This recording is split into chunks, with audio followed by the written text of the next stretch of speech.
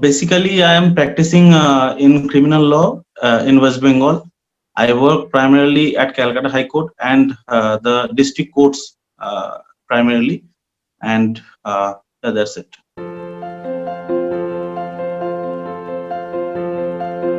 Initially, I was very much focused towards judicial services, but at the moment, I really cannot say honestly that what I intend to pursue, because when I came into practice, the practice in criminal litigation is very interesting, I would say, and a challenging profession too.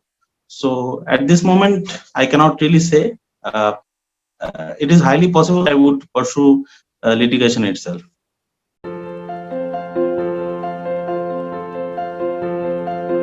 The thing is that see, I am a first generation lawyer, and when any person like me who doesn't have a prior background or somebody who belongs to this profession from the family, what the issue that we face is that we go to the courts, we work under a junior, but there are some practical skills which aren't taught in law schools. So those skills, those areas of that we need to shed light on, which we need to learn about in a more lucid manner. For example, I will say, suppose we know that bail, we can say we have learned in law school that for getting anticipatory bail, we have to invoke section 438 of the criminal procedure. But the issue is, it is nowhere taught in law school how to draft a 438 application, where to file it, what are the court fees, how to write down a vokalatnama. Nothing is taught. Now that is where the problem arises, and if you intend to learn these things from the very beginning, at the time of your practice in court, that becomes an issue, because learning these basic things, it will take some time, and so in order to get a better get skilled in these areas, I joined this course, and I would say it was very helpful, as this course contained all these things, all these nitty-gritties of our litigation practice in the criminal field.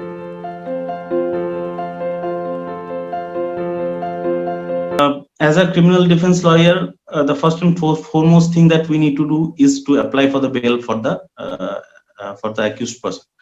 So while I was not in this course, while I was doing my practice under a senior in the course, we basically, due to the busy schedule, we don't get the time to learn in detail how to write a bail application. We just have an outline, and we just put the details in there, and we place it on the record. But here in this course, I have learned how to point out those particular areas, how to write those issues which are otherwise I did not mention, or I would not have mentioned before joining this course. So definitely drafting is something which I have learned in this course, and it has really helped me develop my drafting skills. Yeah. It was quite nice, and see, basically it is a 3 months course, so you can't expect that we would learn each and everything, and as a students of law, we are all lifelong learners of law. So yeah, it is not that I've learned everything, but yeah, then we have I believe I have learned a lot of things here, and most positive thing about a course in Law Seco is that the course is very dynamic. For example, I will say, I will give an example. I was interested in NDPS matters because it is a very lucrative and interesting as well challenging area in criminal practice. So initially there was there's no plan as such to conduct a session on NDPS, but I had suggested this to the faculty member, and I was very happy, to say the least, that they had included this topic NDPS, and they actually a concept session on this a couple of weeks later, I think.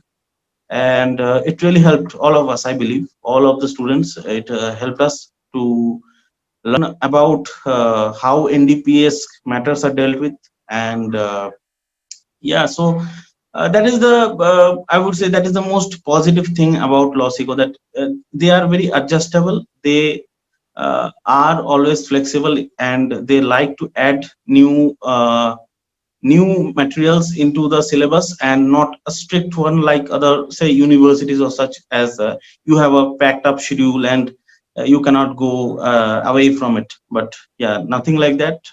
It was very dynamic, and I liked it.